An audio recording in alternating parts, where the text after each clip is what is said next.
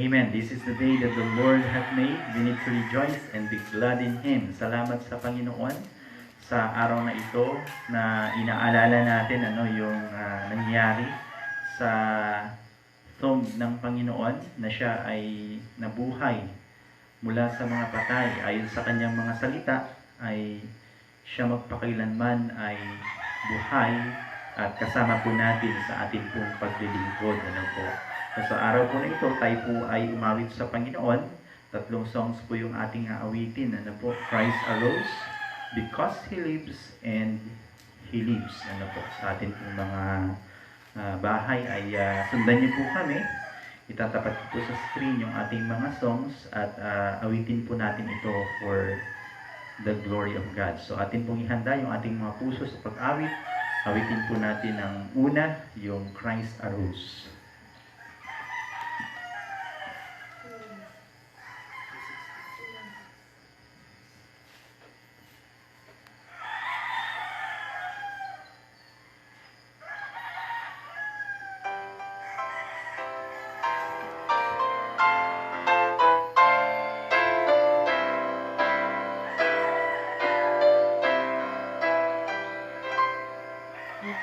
Though in the grave He lay, Jesus my Savior, waiting the coming day, Jesus my Lord.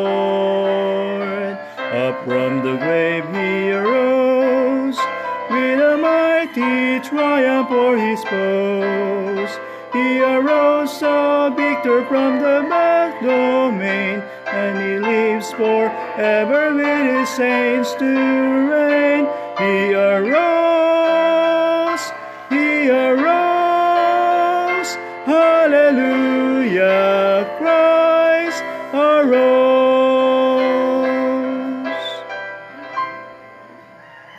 Vainly they watched His bed, Jesus my Savior. Vainly they sealed the dead, Jesus my Lord. Up from the grave He arose, with a mighty triumph o'er His foes. He arose a victor from the dark domain, and He lives forever with His saints to reign. He arose, hallelujah, Christ arose. Amen, praise God. Death cannot keep its prey, Jesus my Savior. He tore the bars away, Jesus my Lord. Up from the grave He arose, with a mighty triumph of His foes. He arose a victor from the dark domain, and He lives forever with His saints to reign. He arose, hallelujah, Christ arose.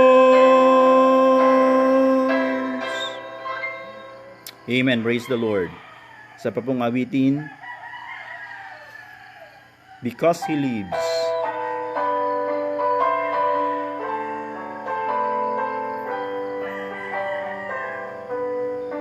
Sent His Son, they called Him Jesus.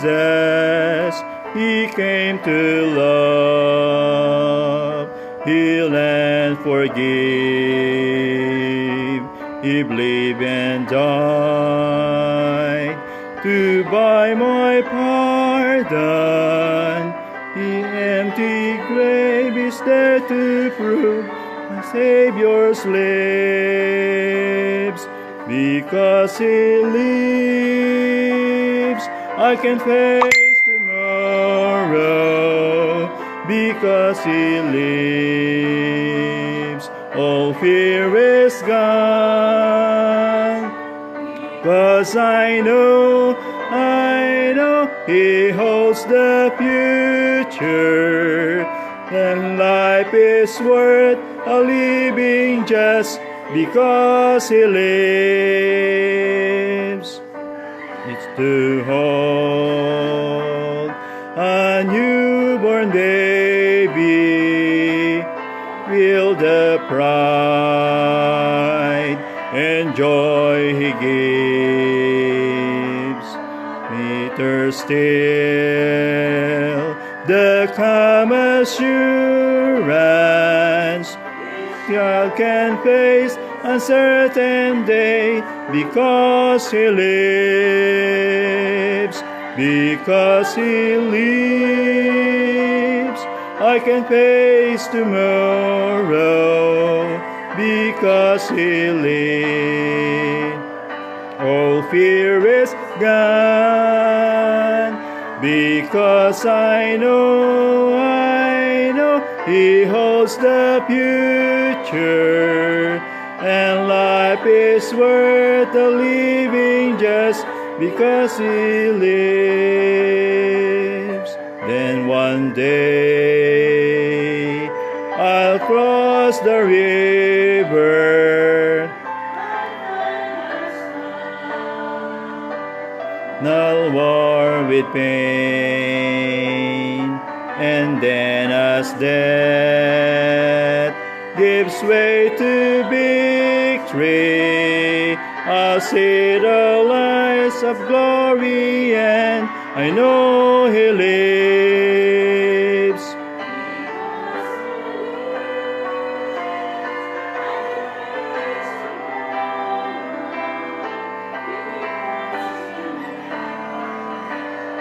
All fear is gone because I know He holds the future, and life is worth the living just because He lives.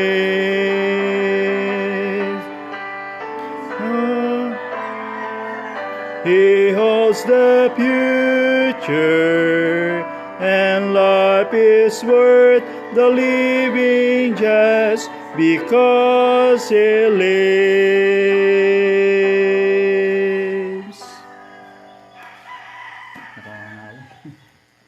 Alright, salamat sa Panginoon. Mamaya ay awitin po natin yung He lives, ano po. So, purihin ng Diyos, medyo sumisikat na po yung araw, ano po. At sa oras na ito ay nais ko po na tayo ay mag-aral, makapakinig ng salita ng Panginoon sa ating pong Resurrection Sunday. At salamat sa Panginoon sa biyaya niya na ngayong araw ay atin pong ma-refresh yung ginawa ng kapangyarihan ng Diyos, na ang tao ay meron pong inaasahang pagkabuhay na maguli mula sa kamatayan. At kung meron man tayong pinagdiriwang ngayon, ang kamatayan ay tinalo ng ating Panginoon nang siya ay bumangon mula sa kamatayan. Ano po, walang great leader na nagtaguyod ng iba't ibang relihiyon o sekta na nabuhay sa kanilang pagkamatay, kundi ang tanging Panginoon lang na siyang nagtatag ng tunay na iglesia ang bumangon mula po sa kamatayan. Ano po, so nais ko po ng lahat ay kumuha ng Biblia. Ang inyong pong mga Bible ay buksan sa aklat po ng Matthew chapter 28. Tumayo po tayong lahat bilang paggalang sa pagbasa ng salita ng Diyos. Matthew chapter 28 verses 1 to 10. Akin pong babasahin at salitan po tayo na bumasa. Ano po, sa inyong mga tahanan ay palitan po tayo sa pagbasa. Babasahin po yung unang verse hanggang sa makarating tayo sa verse 10. Kung nakita niya na Matthew chapter 28 verse 1, and I read, "In the end of the Sabbath, as it began to dawn toward the first day of the week, came Mary Magdalene and the other Mary to see the sepulchre. And behold, there was a great earthquake, for the angel of the Lord descended from heaven, and lay and rolled back the things and sat upon it. His countenance was like lightning, and his raiment white as snow.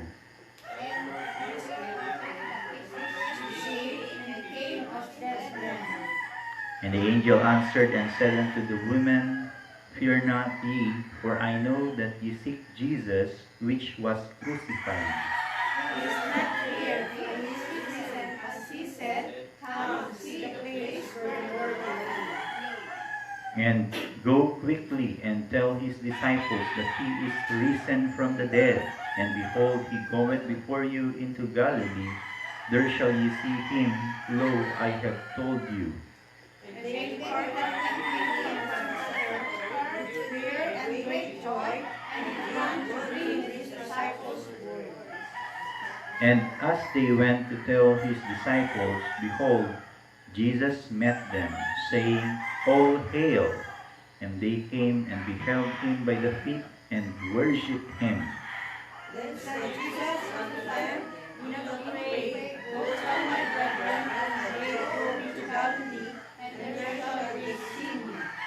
Purihin ng Panginoon, tayo manalangin sandali. Lord God, thank you, Panginoon, sa blessing na mabasa, Panginoon, ang mga salita na ito, na kayo bilang aming manunubos sa tagapagligtas ay nagpahayag ng napakabuting balita, isang napakagandang balita, Panginoon, na ito ay bumubuo sa amin pong pananampalataya, sapagkat kung wala pong Resurrection Day, O God, lahat po ay walang kabuluhan sa lahat po ng aming ginagawa, ay tumatanaw kami, Panginoon, sa isang kawalan. Ngunit salamat sapagkat sa araw na ito, binigyan mo kami ng buhay. At sa amin pong paggising, Panginoon, ay pinaalala niyo sa amin ang ginawa ng mga disciples nung panahon na ikaw ay nailibing at ikaw, Panginoon, ay pinuntahan ng maaga sa libingan at nakita nila, Panginoon, na wala ang iyong katawang lupa sapagkat ikaw ay bumangon mula sa kamatayan. Minsan pa po, ang mensahe mo ay magpahayag sa amin ng katatagan sa amin pong hinaharap na mga pagsubok sa buhay at kagalakan, Panginoon, sa patuloy naming paglilingkod. Kami, O Diyos, ay humihingi ng kapatawaran sa aming pong pagkukulang, sa aming pagkakasala, sa mga bagay, Panginoon, na nagagawa namin sa iyong harapan bilang aming buhay. At mapagpalang Diyos, Panginoon, kami iyong linisin at patuloy na kahabagan, Panginoon, sa araw po na ito. Minsan pa po, biyayaan mo ang buong iglesia at patuloy kayong magligtas, Panginoon, ng mga kaluluwa na kung saan ay makakapakinig, Panginoon, ng mensahe ng Ebanghelyo na mula po sa iyo, Panginoon Diyos. Salamat po ng marami.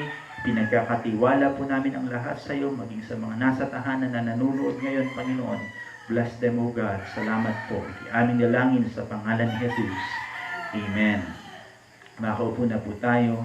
Praise God. Ano po, sabi ng story ay maaga, early in the morning, yung pagsikat, bago sumikat ang araw, kaya sinabi na sunrise service. And we praise the Lord sapagkat ang Panginoon sa panahong ito ay hindi na nabubuhay ulit. Sabi na, pagka ang Panginoon ay nagsumapit yung Holy Week, may mga kasabihan na ang Panginoon ay namamatay muli. Pero sabi ng Bible, minsan lang siyang namatay. At minsan lang din siyang nabuhay. So ang ating ginagawa ay isang pag-alala, and I believe na hindi lang naman natin inaalala ang resurrection ng Panginoon every Holy Week. So kailangan every Sunday, maalala natin kasi sabi dito upon the first day of the week, and that the first day of the week is Sunday, yung oras, yung araw ng pagsamba. So merong power, meron tayong authority, meron tayong blessing because of Christ's resurrection. So dito po, mga kapatid, makikita natin dito may takot, di ba? Kasi alam nila na may mga agam-agam din sila during that time about resurrection. But we believe that the Father kung paano niya i-declare yung ganong klase ng pangyayari, and according dun sa book of John chapter 10, ay makikita natin dun mamaya kung paano ang Panginoon winika niya na siya mismo yung nag-dismiss ng kanyang spirit during the time na naka-crucify siya, nung namatay siya sa cross of Calvary. Dinismiss niya yung kanyang spirit, di ba? Father, into thy hands I commend my spirit. But during that time, nung siya ay nalagutan ng hininga, siya rin ay merong kapangyarihan para ito ay ibalik, di ba? So bilang isang Kristiyano, yun po yung bagay na napakaganda about the resurrection. So merong order si Pilate, si Pilatos, na ng panahon na yun ay pinabantayan yung libingan. Bakit pinabantayan? Di ba? Kasi merong prophecy, merong mga hula. So kailangan nilang magsiguro, di ba? At dito sa mga panahon na to, nilagyan pa ng seal yung tomb. Yung malaking bato ay nilagyan ng selyo para ang katawan ng Panginoon ay talagang masigurado na nandun at walang kumuha ng katawan ng Panginoon. So noong mga panahon ito, na si Kristo ay nagwika na sa ikatlong araw ay ibabangon niya yung kanyang katawan, di ba, yung templo. Hindi nga maintindihan ng mga disciples nung una, di ba?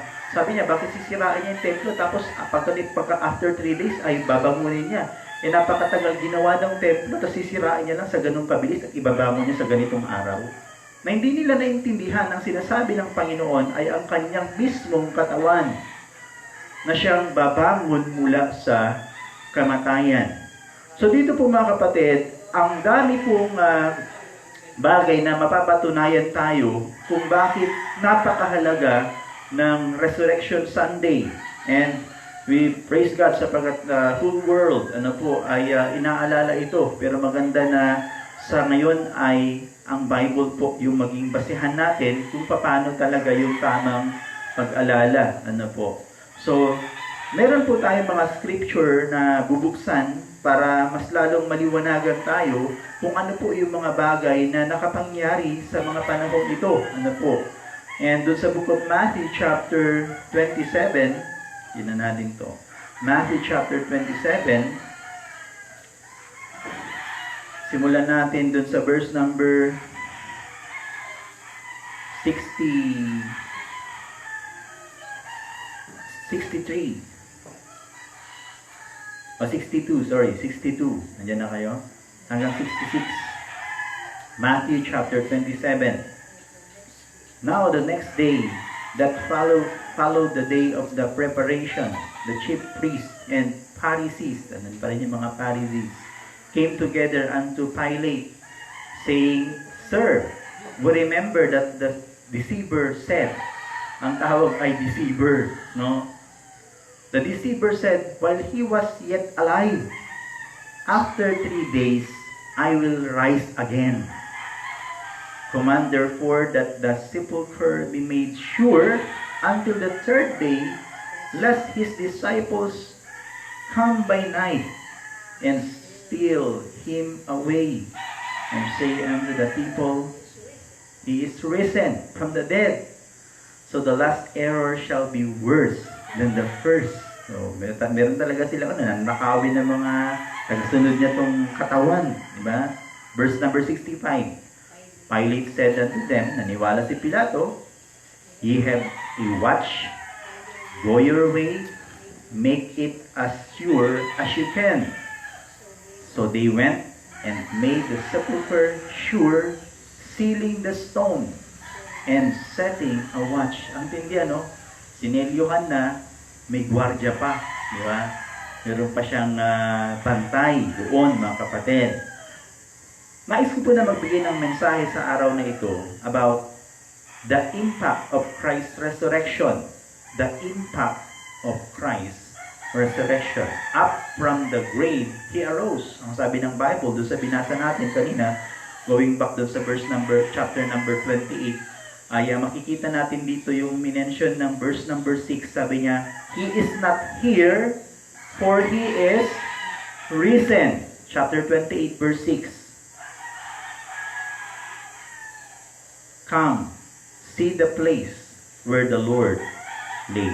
So yung unang bagay po na gusto kong ma-realize natin when it comes to the word resurrection, yung pong atin pong salita na pinanghahawakan. So, unang bagay is the accuracy of God's Word. The accuracy of God's Word. Ibig sabihin yung exactness, di ba? Yung pagiging accurate ng Word of God. Na kapag sinabi natin na nangyari itong bagay na to, bago pa lang ito mangyari, ay meron ng mga nauna na binanggit sa Scripture. Kaya ang Bible, sabi ng salita ng Panginoon, heaven and earth shall pass away, but my word shall not pass away. Kahit na tuldok, kahit na kuwit, kahit anong bagay na nasa Bible, hindi mo kayang, hindi pwedeng maalis. Yung kapangyarihan nito ay meron pong ay power na mula sa Panginoong Diyos. Ano po? And during this time, makikita natin yung tinatawag nating accuracy ng Word of God. That the Word of God is accurate. That Christ will rise again after the third day. Ano po? In the book of Psalms chapter 16, verses 8 to 11, Psalms chapter 16, verses 8 to 11, makikita po natin dito yung prophecy with regards to the Savior sa atin pong Panginoon. At meron nga pong konting controversy sapagkat sinasabi nila na ito daw ay, ang pinapatungkulan ay si David. Pero ito ay winika ng maliwanag doon sa Book of Acts na titingnan din po natin mamaya. Ano po? Psalms chapter 16. 16 verses 8 to 11. Nandyan na kayo? Psalm 16. Tama ba yung nabanggit ko kanina 16 o 62? 16, okay.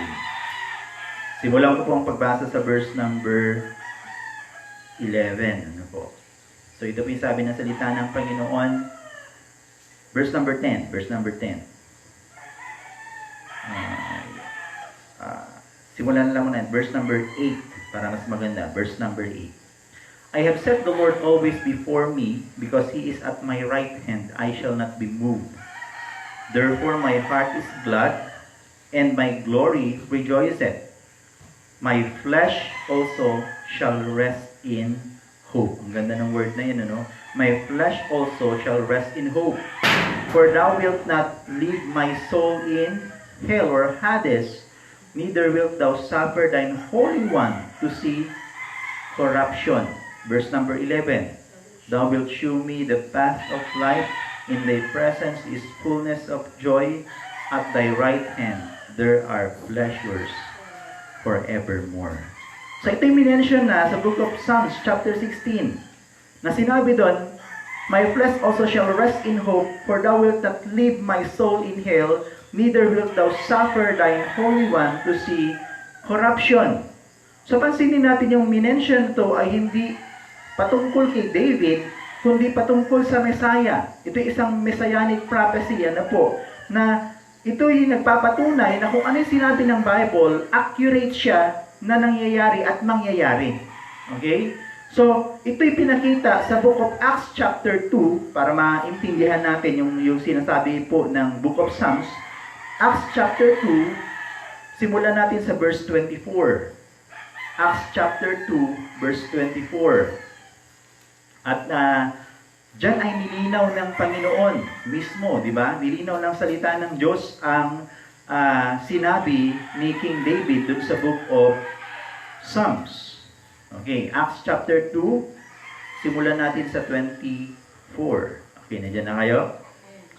Whom God hath raised up, having loosed the pains of death, because it was not possible that he should be holden of it.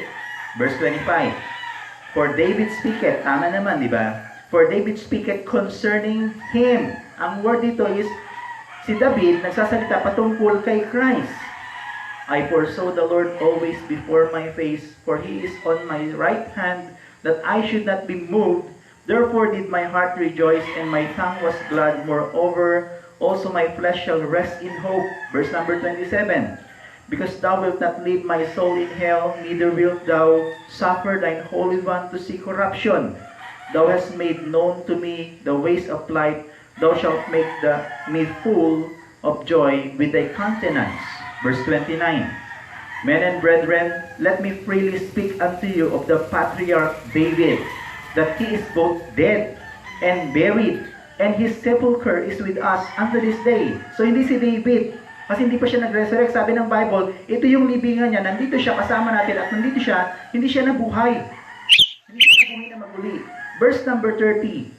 Therefore, being a prophet and knowing that God hath sworn with an oath to him, that of the fruit of his loins, according to the flesh, he would raise up Christ to sit on his throne. Verse number 31, he seeing this before, spake of the resurrection of Christ, that his soul was not left in hell, neither his flesh did see corruption. So yung unang bagay na pinapatunayan ng resurrection is yung accuracy ng salita ng Diyos. Ibig sabihin, ang atin pong pagsamba, ang atin pong ginagawa ay walang kabuluhan. Sabi ng Corinthians, yung preaching ay vain, yung faith ay vain kung walang resurrection. Ang ibig sabihin lamang po, niloloko lang ng preacher, niloloko lang ng mga prophet, niloloko lang ng manunulat yung mga tao kapag walang resurrection. But because of the resurrection, may pagkabuhay na maguli ang Panginoon, ang Bible ay tiyak, ang Bible ay accurate. So maraming bagay po na sinisira ito. Sabi ng iba, ay ang Bible naman, ano lang, sulat lang naman ng tao yan, gawa lang naman ng tao yan. Pero sabi ng salita ng Panginoon, ang prophecy ng Panginoon ay perfect yan, mga kapatid. Lahat ng nangyayari, sinasabi ng salita ng Panginoon. Kaya kung merong basihan na may hula, di ba may Nostradamus, may mga manghuhula nun, hinula nila, ganito, darating na si Lord, ito yung mangyayari. But those people are freak, di ba? Bakit? Kung wala sa Bible, kung hindi tinuro ng Bible, hindi natin paniniwalaan. That's why we call ourselves Bible believers. Diba? And we believe that the authority, yung scripture ay ang ating pinaniniwalaan. Why? Because the scripture is the only accurate book na nagsasabi kung ano yung mangyayari sa mga sitwasyon na atin pong pinagdaraanan. And even dun sa panahon na nangyari yung resurrection ng Panginoon. Hindi lang po yan, mga kapatid. Isa pa ay dun sa book of John, chapter 2. John chapter 2, verses 19 to 22. Napakaganda ng mga verses nito. John chapter 2, verses 19 to 22. Okay, babasahin ko po verse number 19. Jesus answered and said unto them, destroy this temple, and in 3 days I will raise it up. Then said the Jews, 46 years was this temple in building, and wilt thou rear it up in 3 days? But he spake of the temple of his body. Verse 22. When therefore he was risen from the dead, his disciples remembered that he had said this unto them, and they believed the Scripture and the word which Jesus had said. Kaya ako naniniwala sa salita ng Diyos, dahil ang salita ng Diyos ay totoo. Ang salita ng Diyos ay nagpatunay na ang sinasabi ng Panginoon ay mangyayari at nangyayari po. Meron tayong COVID-19, pero sabi ng Panginoon, anak, I will never leave you nor forsake you. And I believe dun sa words ng Panginoon. Na sinasabi ng Panginoon, we need to be still and know that He is our God. Ano po? So bilang mananampalataya, ang atin pong Resurrection Sunday ay nagpapaalala about the truthfulness or the accuracy of God's Word. God's Word is true. God's Word is accurate. Pangalawa ay ang resurrection po ay nagpapahayag na ang deity o yung pagiging Diyos ng Panginoon, the absolute deity of the Son of God. Yung una, the accuracy of God's Word. Accuracy, accurate. Yung pangalawa, the absolute deity of the Son of God. Maraming nagsasabi na si Kristo ay tao lang. Di ba? Sana, si Kristo tao lang. Di naman yan talagang Diyos, di ba? At maraming beses na ang Panginoon ay pinatunayan niya na siya ang anak ng Diyos. Di ba? At dito po sa resurrection, ito yung napakalaking patunay na walang taong simple, karaniwan, na kayang bumangon mula sa kamatayan. Kahit pa yung mga may kayang tao, di ba? Kahit pa yung mga may kapangyarihan, sabi nila, nanatili silang nasa libingan ngayon. Pero ang Panginoon pinatunayan na siya ay 100% man and 100% God. Di ba? Nang resurrection ay nagpapatunay na ang Panginoon ay hindi lang po siya tao, kundi siya po ay anak ng Diyos. Tingnan niyo po, Romans chapter 1, verses 1 to 4. Tingnan natin ha. Romans chapter 1, verses 1 to 4. Kaya nga, napakalaking kalungkutan dun sa mga ibang naniniwala, di ba? Na ang Panginoon daw ay tao lang. Yung iba pa nga ay propeta, yung iba pa nga ay maliit na Diyos, di ba? Pero tayo naniniwala na kung sino ang Panginoon, kung sino ang Diyos sa ating buhay, siya kailanman ay sa pasimula ay naroon na. Ano po? Romans chapter 1, verses 1 to 4. Babasahin ko. Paul, a servant of Jesus Christ, called to be an apostle, separated unto the gospel of God, which he had promised afore by his prophets in the Holy Scriptures. Verse number 3, concerning his Son Jesus Christ, our Lord, which was made of the seed of David, according to the flesh. Yung history, di ba? Na itong, yung history ni Jesus Christ from the root of David, di ba? Yung pagiging kingship, ano po? From the tribe of Judah.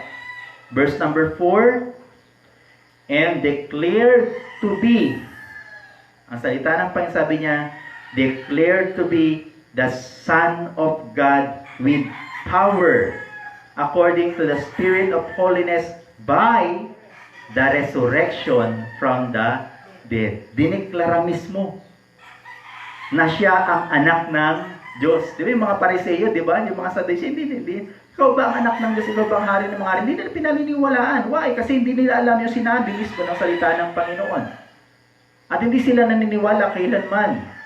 But tayo po na naniniwanagan ng salita ng Diyos, we believe na ang Son of God, ang Diyos anak, ay walang iba, kundi ang Panginoong Hesukristo. Na kaya nga po, ang isang mananampalataya ngayon, pag tumanggap ka sa Panginoon, hindi mo lang siya tinatanggap na tagapagligtas. Di ba? We serve a risen Savior. Yes, we have a risen Savior. Pero hindi lang siya Savior, He is Lord. Siya ay Panginoon. Kaya ang mananampalataya, susunod ka kay Jesus Christ. Hindi lang, ay, okay lang, ligtas naman ako, punta na ako sa langit pag namatay ako, pero hindi lang po yun yung ating responsibility. Ang responsibility natin ay sundin ang ating Panginoon. Because He is our Lord, He is our Master. Tingnan niyo po, Acts chapter 2, verse number 36. Acts chapter 2, verse number 36. Kasi po nakakalungkot, mga kapatid. May mga tao na gusto lang nila ang Panginoon sa miracles niya. Gusto lang nila ang Panginoon sa kanyang binibigay. Pero pagdating sa pagsamba, hindi na po nila ginagawa ang kanilang responsibilidad. Acts chapter 2, verse number 36. Nandiyan na po kayo? Amen. Sabi dito, therefore, let all the house of Israel know assuredly that God hath made the same Jesus. Ito yung Jesus na crucify. Ito siya yung Jesus na nag-resurrect. Ang sabi ng Bible, that God hath made that same Jesus whom ye have crucified, both Lord and Christ. We have only one Lord, one faith, and one baptism. So, ibig sabihin, kung meron ka ng one Lord at yan ang Panginoon, hindi siya tao lang. Siya ay tunay na Diyos. Kaya merong Trinity, God the Father, God the Son, and God the Holy Spirit. Walang taong simple na kayang bumangon sa kamatayan. Wala. Kaya siya bumangon kasi pinatunayan niya na siya ay Son of God. Na siya ay Diyos. Siya ang ating Panginoon. Kaya tayo sumusunod sa Kanya sapagkat siya ang ating makapangyarihang Panginoon. Na kaya maraming himala, kaya nabago yung buhay ko, nabago yung buhay nyo. It is because of the risen Savior, risen Lord. So bilang isang mananampalataya, ang resurrection napakahalaga because of the absolute deity of the Son of God. At ang pinakahuli, ano yung una? The accuracy of God's Word. Pangalawa, the absolute deity of the Son of God. At sa panghuli po mga kapatid, at ito yung inaabangan natin, bagaman merong kamatayan sa laman. Ano po? Ang sabi ng Bible, merong absolute inability. The absolute inability to retain the believers in Christ from the power of the grave. The absolute inability to retain the believers in Christ from the power of the grave. So bilang isang mananampalataya, ang hope natin, kung tayo man ay datnan ng kamatayan, kasi realidad naman yan, di ba sinabi ko sa inyo nung sinabi ni Christ yung word na, Father, into thy hands I commend my spirit. Meron talaga tayong appointed time. Meron talagang oras na tayo ay maghihiwalay. Di ba? Pero ang pinakamahalaga na maintindihan po ng bawat isa, at very comforting po yung minention ng Book of Thessalonians about this, na nung si Christ ay nabuhay maguli, meron tayong blessed hope. Di ba? 1 Thessalonians chapter 5, verses 9 to 11. 1 Thessalonians chapter 5, verses 9 to 11. Na hindi tayo mananatili sa libingan. Yun ang sabi ng Bible. 1 Thessalonians, kung nandyan na kayo, babasahin ko po yung verse 9. Ano po? For God hath not appointed us to wrath, but to obtain salvation by our Lord Jesus Christ. Verse 10, who died for us, that whether we wake or sleep, kamatayan po yung binabanggit, we should live together with Him. Wherefore, comfort yourselves together and edify one another, even as also ye do. So, ang binabanggit po dito mga kapatid, na gusto ko pong maintindihan natin sa absolute inability para i-retain tayong mga mananampalataya sa libingan, ay nawala yung kapangyarihan nito nung ang Panginoon ay bumangon. Kasi siya yung first fruit, ang tawag is the first fruit of the resurrected body. Ibig sabihin, kung siya yung unang bunga ng pagkabuhay na maguli, lahat ng sasampalataya sa Kanya, ang sabi ng Bible, hindi mamamatay magpakailanman, kundi muling mabubuhay. At yung sinasabi niya rito ay nasa Book of John. John chapter 4. John chapter 11.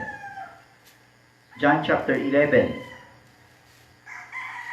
Na makita po natin yung blessing po ng winika ng Panginoon sa mga sasampalataya.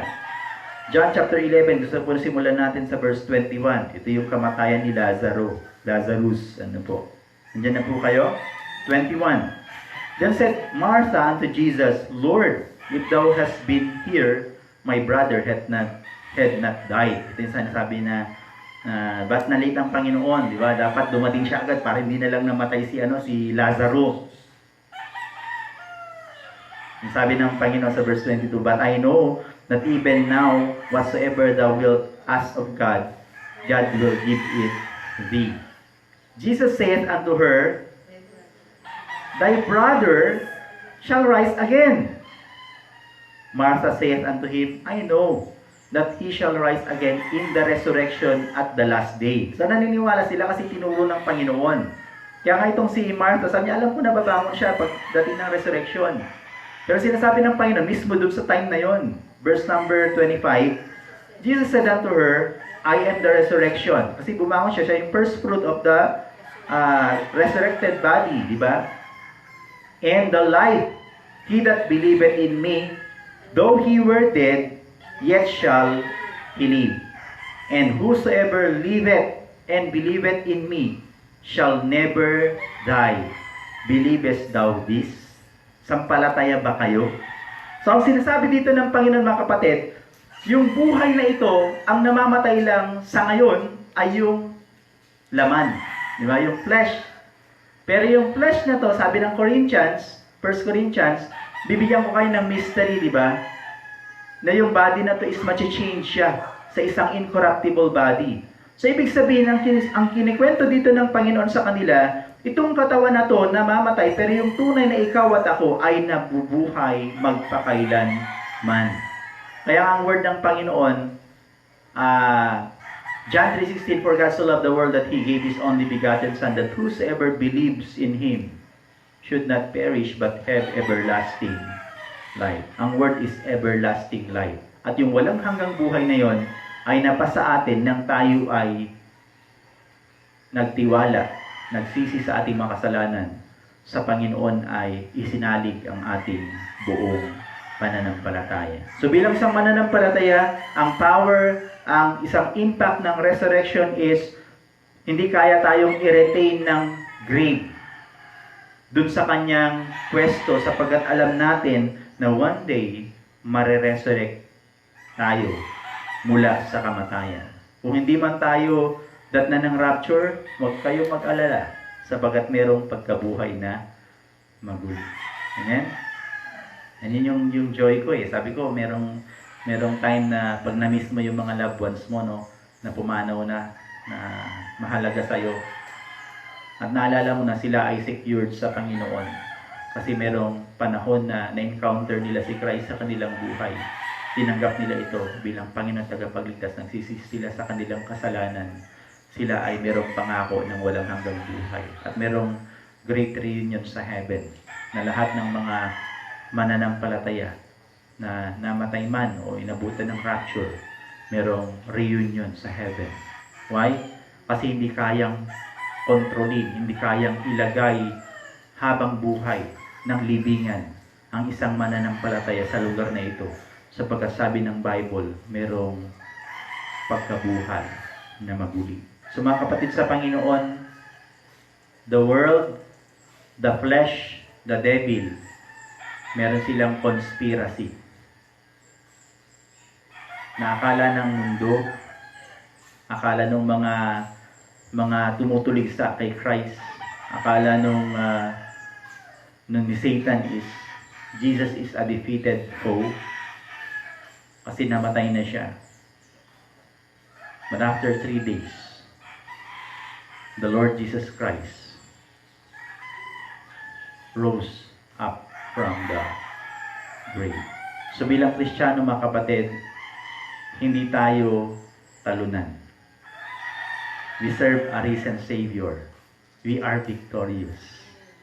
Ang sabi ng Bible sa 1 Corinthians chapter 15 verse 57, but thanks be to God, which giveth us victory through our Lord Jesus Christ. So bilang isang mananampalataya, always remember yung message ng resurrection. Binibigyan niya tayo ng accurate na pagtanaw sa salita niya. The accuracy of God's Word. Pangalawa, the absolute deity of the Son of God. At panghuli, the absolute inability to retain the believers in Christ from the grave. So bilang Kristiyano mga kapatid, we need to rejoice and be glad. Bakit po? Basta meron na nga pandemic, meron na nga pinag yes, of course, we need to pray to the Lord, alisin ng Panginoon, kung kanyang kalooban na alisin. Pero kung ito'y manatili, at maging ang mga mananampalataya ay naapektuhan, sapagkat hindi naman kaila na meron ding mga kapwa tayo kapatiran na tinatamaan din ng karamdamang ito. But sa lahat ng ito, let it be sa glory ng Panginoon. Diba? Why? One day, ang Panginoon meron siyang pangako na tayo bilang isang mananampalataya ay muling mabubuhay kasama niya. Sapagkat siya yung unang bunga ng pagbangon o pagkabuhay na maguli. Tayo po'y manalangin sandali. Lord God, salamat Panginoon. Napakalaking pangyayari sa mga panahon na ikaw ay bumangon mula sa kamatayan, sapagkat ito'y nagpapatibay, Panginoon, sa mensahe ng Ebanghelyo, na ang gospel, Panginoon, ay powerful. And we are not ashamed to share the gospel, to preach the gospel. It is because of the risen Christ, the risen Lord. Thank you po sapagkat ang blessing, Panginoon, ng pangyayaring ito ay nasa aming buhay. Na kami ay naghihintay, Panginoon, sa isang katawan na kailanman hindi na po masisira. Isang katawan na wala na pong kapintasan. Sapagkat nangyari ito, Panginoon, sa iyo. Kung paano ito naganap, Panginoon, sa aming Master, sa aming Lord, na ikaw yun, aming Panginoong Diyos. Kami naniniwala na ito rin po yung bagay na makakapangyari po sa aming buhay, sa aming pong mga sarili one day. Lord, thank you sa mga mananampalataya na patuloy po na inaalala at ipinagdiriwang sa kanilang buhay ang iyong kapangyarihan na ipinamalas, Panginoon. 2,000 higit ng taon ang nakalilipas na ikaw, O Diyos, ay bumangon mula po sa kamatayan. Salamat po sapagkat kami ay meron pong binagong buhay. Isang pag-asa na kailanman hindi kayang ibigay ng buhay na ito, mismong aming sarili o ng maging sanglibutan, sapagkat walang ibang nagbigay ng kapangyarihan at biyaya upang kami magkaroon ng transformed life, kundi ikaw, Panginoon, na siyang bumabago ng buhay po ng bawat isa po sa amin. Dalangin ko po sa iba pa naming mga mahal sa buhay na nawa ma-realize nila, Panginoon, ang biyaya ng meron pong pag-asa sa kinabukasan, isang pag-asa ng pagkabuhay na maguli, kalakip ng pangako ng aming Panginoong Jesus. Lord, sa oras na ito, kung meron man po mga nakikinig na hindi pa po nakakatiyak ng kanilang kaligtasan, dalangin ko, O Diyos, na kayo po ang siyang patuloy na magbigay ng leading sa kanilang buhay, na magsisi, Panginoon, sa kanilang pagkakasala, na aminin na sila'y makasalanan at walang kakayanan na baguhin ang buhay. Na ang tanging paraan lamang ay ikaw, Panginoon, na namatay sa krus ng Kalbaryo at nagbuhos ng iyong dugo, Panginoon, na siyang pwedeng luminis sa amin pong mga sala. Kaya sa oras na ito, Panginoon, mangusap po kayo sa bawat isa. At patuloy na kilalanin ka bilang Panginoon at tagapagligtas ng kanilang buhay. Salamat po sa araw na ito. Salamat po sa bawat mananampalataya na kasama namin sa pagsamba. Purihin ka, Panginoon. Ikaw ang maitaas sa aming mga buhay. At ang aming pong testimony ay lalong magliwanag sa pamamagitan ng kapangyarihan mo, Panginoon. Ang sabi nga ng iyong salita, O Diyos, that I may know Him and the power of your resurrection. Salamat po. Ito aming dalangin naman sa pangalan ni Jesus. Amen. Alright, so sa atin pong closing song ay awitin po natin yung He Lives. Ano po? He Lives. Because He Lives, sorry. Because He Lives. Nakanta na ba? He Lives. He Lives po.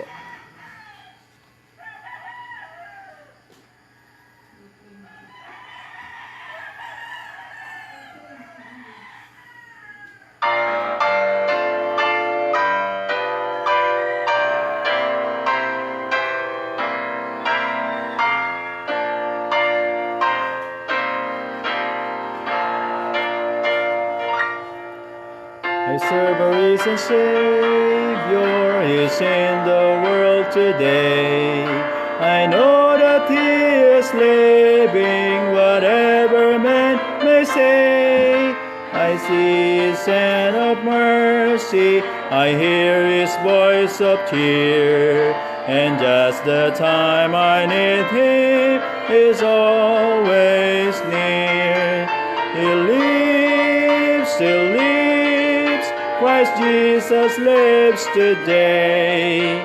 He walks with me and talks with me along life's narrow way. He lives, salvation to impart. You ask me how I know He lives within my heart. All the world around me, I see His loving care. Though my heart grows weary, I never will despair. I know that He is leading through all the stormy blast. Day of His appearing will come at last. Christ Jesus lives today. He walks with me and talks with me along life's narrow way. Salvation to impart. You ask me how I know He lives. He lives within my heart. Rejoice, rejoice, so Christian, lift up your voice and sing. Turn, oh hallelujahs, to Jesus Christ the King.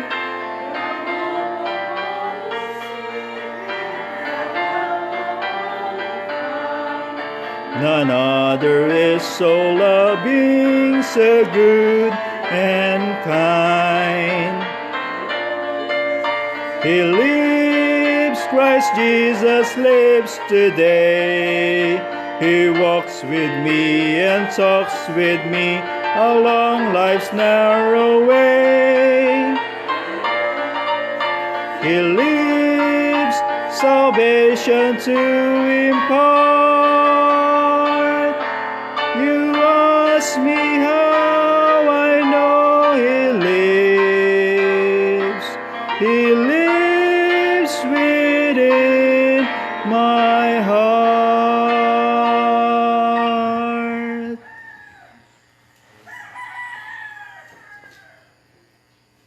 Amen po rin ang Panginoon.